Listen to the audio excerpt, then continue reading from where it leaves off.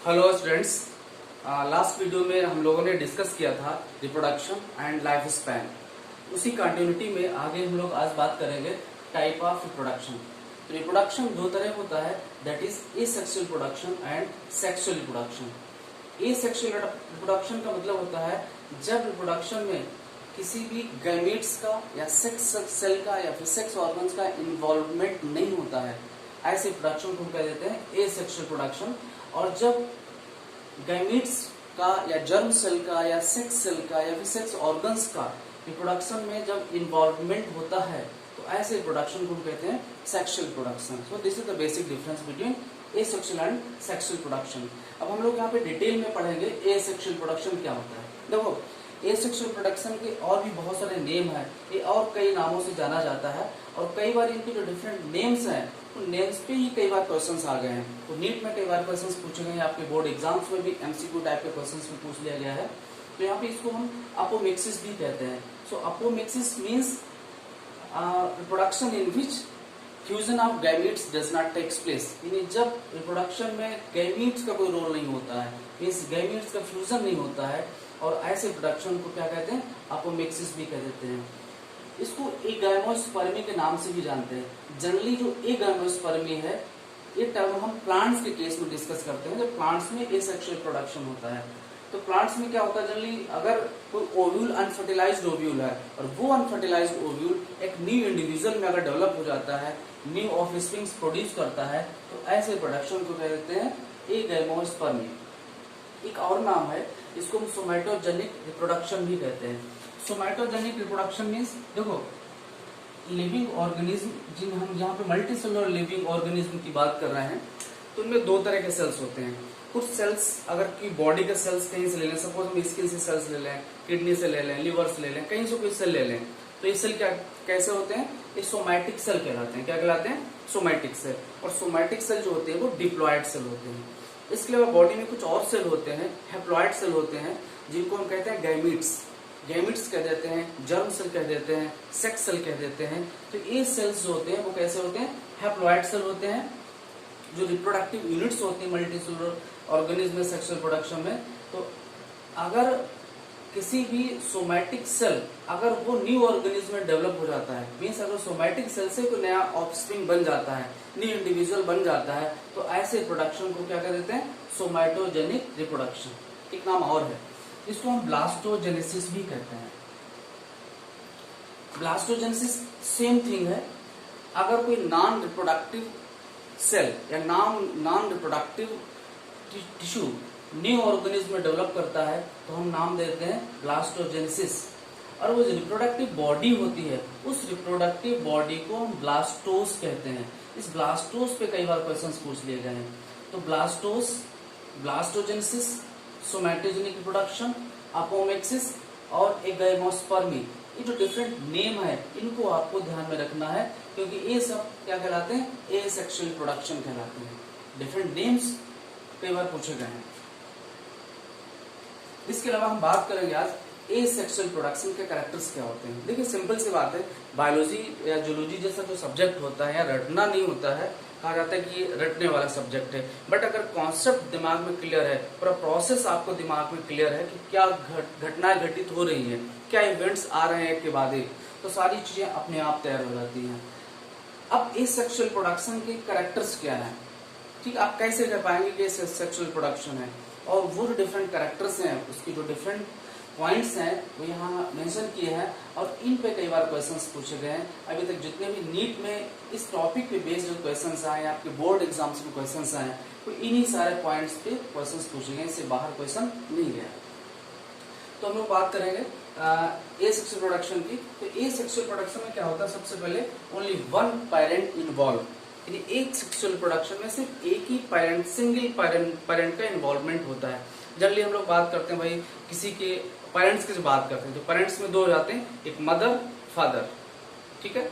अच्छा, तो mother father means sexual production या सेक्स जो गैमेट होते हैं, गैमेट के फ्यूजन से जो न्यू ऑर्गेनिज्म बनता है वो कहलाता है सेक्सुअल प्रोडक्शन। तो वहां पर क्या होता है सेक्सुअल प्रोडक्शन में, सपोज एक मेल गैमेट आता है फादर से, फीमेल गैमीट आता है मदर से, और दोनों गैमीट का क्या हो गया, फ्यूजन हो गया, और उस फ्यूजन से एक न्यू ऑर्गेनिज्म क्या हुआ, एम्ब्रियो बना और न्यू ऑर्गेनिज्म डेवलप हो गया।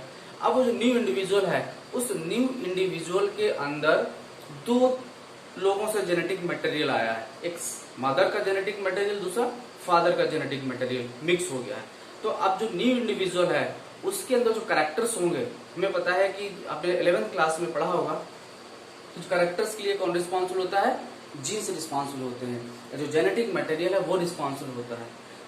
तो जो सेक्सुअल प्रोडक्शन होता है उसमें क्या होता है, जनरली दो पेरेंट्स का जेनेटिक मटेरियल होता है, तो उसके अंदर जो कैरेक्टर होते हैं न्यू ऑर्गेनिज्म में, कुछ कैरेक्टर फादर से मिल रहे हैं, कुछ कैरेक्टर्स मदर से मिल रहे हैं, या फिर दोनों मिलके कुछ नया कुछ वेरिएशन आता है, तो यहाँ पर वेरिएशंस दिखाई देते हैं।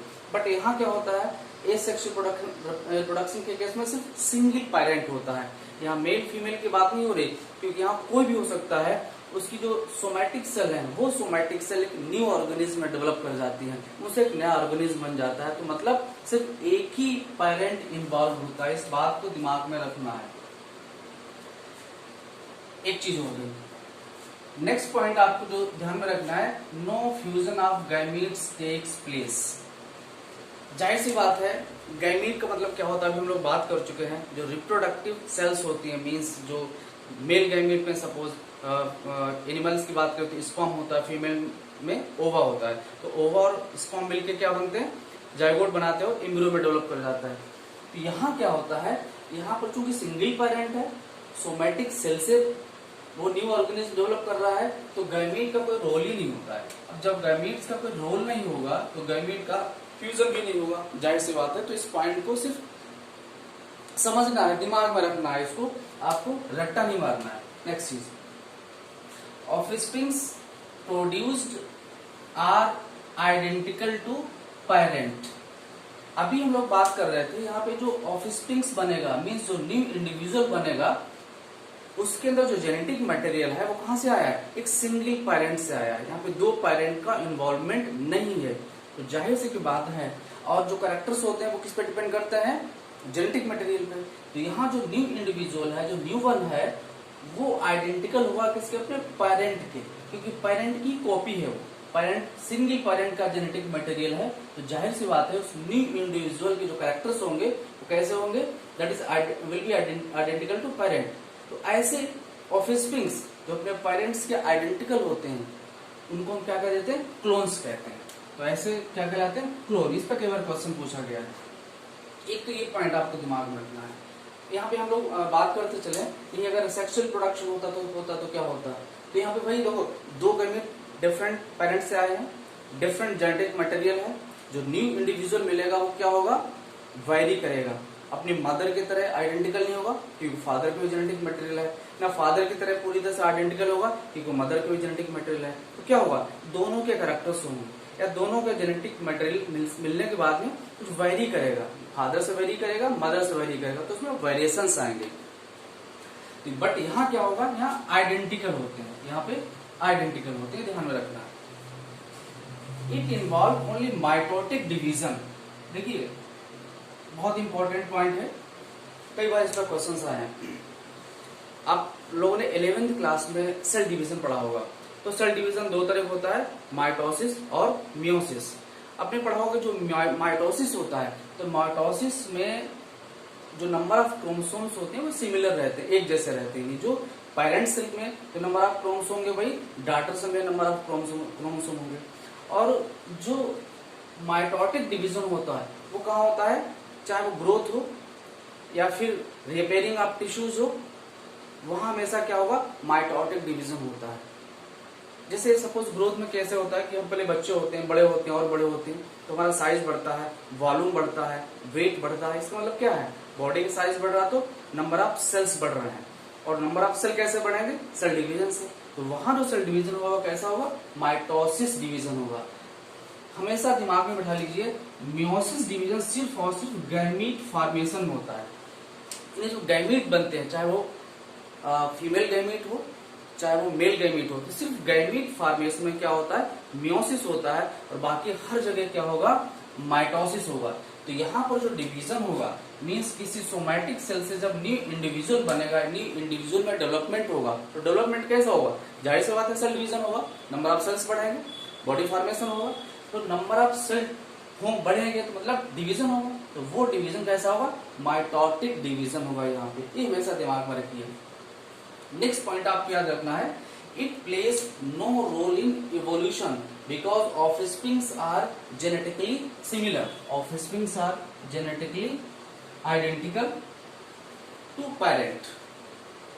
देखिए अभी हम लोग इससे पहले बात कर रहे थे, यहाँ पर क्या होगा, सिंगल पेरेंट से जेनेटिक मटेरियल आया है, मीन्स जो ऑफस्प्रिंग होगा, इंडिविजुअल होगा, वो आइडेंटिकल होगा अपने पेरेंट के। तो जाहिर सी बात है जनरेशन टू जनरेशन वो आइडेंटिकल होते रहेंगे, वेरिएशन नहीं आएगा, और जब वेरिएशन नहीं होंगे तो क्या होगा, इवोल्यूशन भी नहीं होगा। ये अगर सेक्सुअल प्रोडक्शन होता, सेक्सुअल प्रोडक्शन केस में क्या होता है, डिफरेंट दो पेरेंट होते हैं, दो जेनेटिक मटेरियल होते हैं, तो जो इंडिविजुअल होता है वो क्या होगा, उसमें वेरिएशन होंगे, और वो वेरिएशंस जनरेशन टू जनरेशन वो वेरी करते चले जाते हैं। नंबर ऑफ जनरेशंस के बाद में एक नए तरह के स्पीसीज का डेवलपमेंट हो जाता है, तो वहां पे क्या होता है, इवोल्यूशन होता है, मीन्स न्यू स्पीसीज का इवोल्यूशन हो जाता है वहां पे। बट यहाँ इसका कोई रोल इवोल्यूशन में नहीं होता। नेक्स्ट आपको ध्यान रखना है, इट इज मोर प्रिमिटिव, इस पर कई बार क्वेश्चन पूछा गया, it is more primitive than sexual production, means जो एसेक्सुअल प्रोडक्शन है वो मोर प्रिमिटिव है than the sexual production. In primitive organism जो मीन्स लोअर ऑर्गेनिज्म है, जो यूनिसेलुलर ऑर्गेनिज्म है, वहां पर जो है वो जनरली क्या होता है, एसेक्सुअल प्रोडक्शन होता है, तो ये प्रिमिटिव ज्यादा है। ठीक है, इस पॉइंट पे कई बार क्वेश्चन आए। अभी एसेक्सुअल प्रोडक्शन होता कहाँ है, किन ऑर्गेनिज्म में होता है जनरली, तो देखिए it occurs in lower invertebrates, lower invertebrates में एसेक्सुअल प्रोडक्शन होता है, like protozoans, sponge, coelenterates and certain worms, certain flat worms like planaria, salpa और एसिडिया। तो ये बहुत सारे ऑर्गेनिज्म हैं जिनमें क्या होता है, एसेक्सुअल टाइप का प्रोडक्शन होता है। तो मुझे लगता है इसमें बहुत ऐसी कोई चीज नहीं है जो आपको क्लियर नहीं हुई होगी। आई एम श्योर ये सारी चीजें आपको क्लियर हो गई होगी, और हर पॉइंट पे क्वेश्चन बनता है, तो चाहे वो आपका नीट एग्जाम हो या फिर बोर्ड एग्जाम्स हो, अगर इस टॉपिक से क्वेश्चन आता है मुझे लगता है इसे बाहर नहीं जाएगा। अभी जो भी कुछ हम लोगों ने डिस्कस किया है, मैं 1 मिनट में जस्ट क्विक एक रिवीजन करा दे रहा हूँ। आपको 2-3 चीजें ध्यान में रखनी है। सबसे पहले क्या पॉइंट ध्यान रखना है, एसेक्सुअल प्रोडक्शन होता है क्या है, एसेक्सुअल प्रोडक्शन वो होता है जिसमें सेक्स सेल का या fusion of gametes does not takes place, वो क्या कहलाता है, एसेक्सुअल प्रोडक्शन। इसको अपोमिक्सिस भी कहते हैं और इसे एगाइमोस्पर्मी भी कहते हैं, इसको सोमैटोजेनिक प्रोडक्शन भी कहते हैं, ब्लास्टोजेनेसिस भी कहते हैं, और जो रिप्रोडक्टिव बॉडी होती है दैट इज नोन एज ब्लास्टोस। फिर हम लोगों ने बात की इनके कैरेक्टर्स की, कि जितने भी जो एसेक्सुअल प्रोडक्शन होता है उसमें सिर्फ सिंगल पेरेंट इन्वॉल्व होता है, 2 पेरेंट्स इसमें इन्वॉल्व नहीं होते हैं। No fusion of gametes takes place, fusion gamete का नहीं होता है क्योंकि गैमेट्स का फ्यूजन कहाँ होता है, सेक्सुअल प्रोडक्शन में। Offsprings produced are identical to parents and it is also called clone. जो ऑफस्प्रिंग्स होते हैं, जो न्यू इंडिविजुअल होते हैं, वो पेरेंट्स के क्या होते हैं, आइडेंटिकल होते हैं, क्योंकि जो जेनेटिक मटेरियल है वो एक सिंगल पेरेंट से आ रहा है यहाँ पे। Next, it involve only mitotic division, यहाँ पे मियोसिस नहीं होता है, मियोसिस सिर्फ कहाँ होता है, ड्यूरिंग द गैमीट फॉर्मेशन, बाकी हर जगह क्या होगा, माइटोटिक डिवीजन होगा। Next, it played no role in evolution because offsprings are genetically identical to parents. Variations नहीं आते हैं, तो वेरिएशन नहीं होगा तो इवोल्यूशन में एसेक्सुअल प्रोडक्शन का कोई रोल नहीं होता है। Next, it is more primitive than the sexual production. Asexual production जितने भी लोअर ऑर्गेनिज्म हैं उनमें जनरली क्या होता है, एसेक्सुअल प्रोडक्शन होता है। यहाँ कुछ एग्जांपल्स दिए हैं, जितने भी लोअर इनवर्टिब्रेट्स हैं, for examples like protozoa, sponge, coelenterates, कुछ फ्लैट वर्म है जैसे प्लेनेरिया है, सल्पा है, एसिडिया है, इनमें समय क्या होता है, एसेक्सुअल प्रोडक्शन होता है। तो मुझे लगता है सारी चीजें आपको समझ में आ गई होंगी। आप अगर 2 बार वीडियो ध्यान से देख लेंगे तो सारे पॉइंट्स आपको क्लियर हो जाएंगे। Thank you.